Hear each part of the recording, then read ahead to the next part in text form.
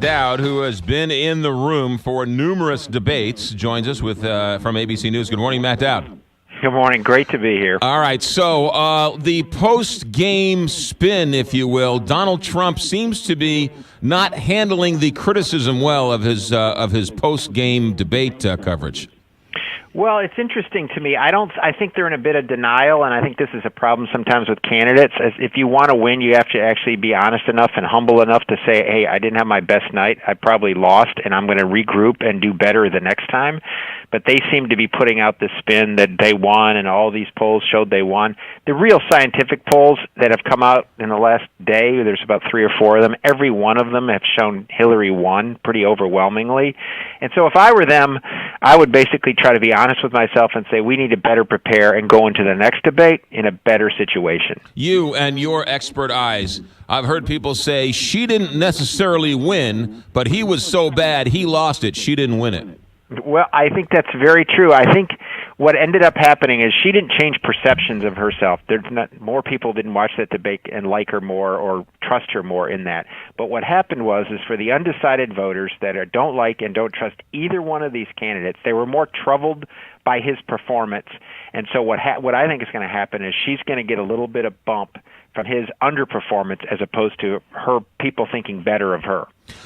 They also say that she played him like a fiddle, got under his skin, questioned how rich he was, brought up his taxes, knocked him off the game. You agree with that, too? I totally agree with that. I think for the first 20 minutes or so, he stayed on his game. He was very disciplined, and he actually had a powerful message, which is she's the status quo. She hasn't done anything for 30 years. If you really want change and something different on the economy or whatever, vote for me. But as soon as something approached his taxes or the Booth movement, he got totally thrown off, tried to explain, tried to go on that. And at that point in the last two-thirds of the debate, she definitely had the advantage. There's something coming out of his campaign, and I don't know if it's brilliant or it's just aim, fire, shoot. That you got Giuliani talking about Lewinsky and the Bill Clinton scandals, and should he or shouldn't he? Are they really thinking about hitting Hillary Clinton with the Bill Clinton sex scandals?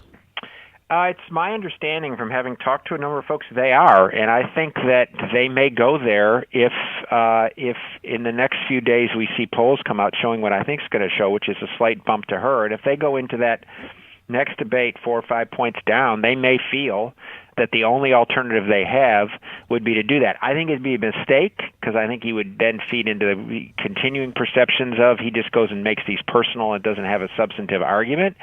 But I think they may go there. But don't they realize that she was the victim in that? She was the innocent bystander? Well, they try. The rational mind would, but they try to make the argument that she actually contributed to it, and she actually, defended Bill Clinton and attacked the women. So their argument is that she went after the women that Bill Clinton was with.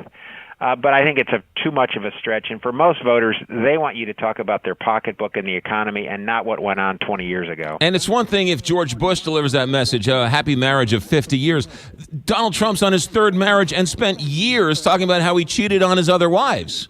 Well, that was, I said to somebody yesterday when Giuliani actually went after Hillary Clinton and Bill Clinton on affairs and all that, which is I always remember glass houses, right? Don't throw stones if you live in a glass house. They'd be better off not going there. Right. When your current wife is living in your house and you're living in a different house with your girlfriend while you're mayor of New York, you need to tread lightly. Very lightly. Matt Dowd, in terms of substance, I was watching it thinking to myself, this is a street brawl. This is an insult contest. That can't help either of them.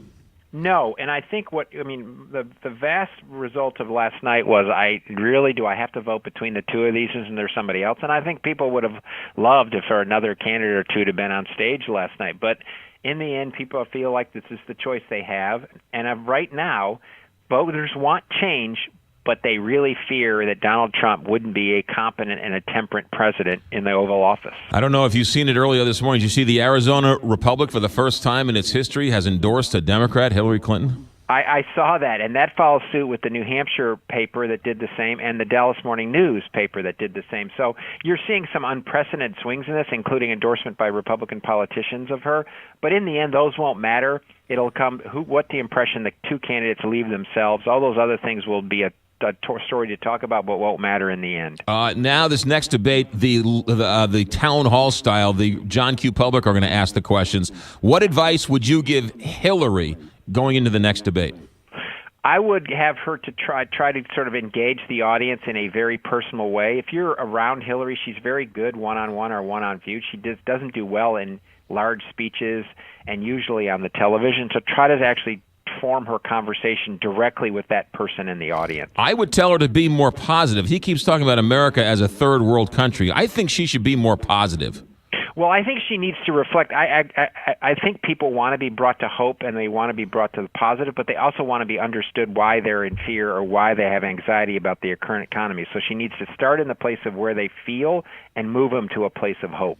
Matt Dowd, you're the best. Thanks for checking in. Great to be here. Good luck to your Cardinals getting in the wild card. You from your mouth to God's ears.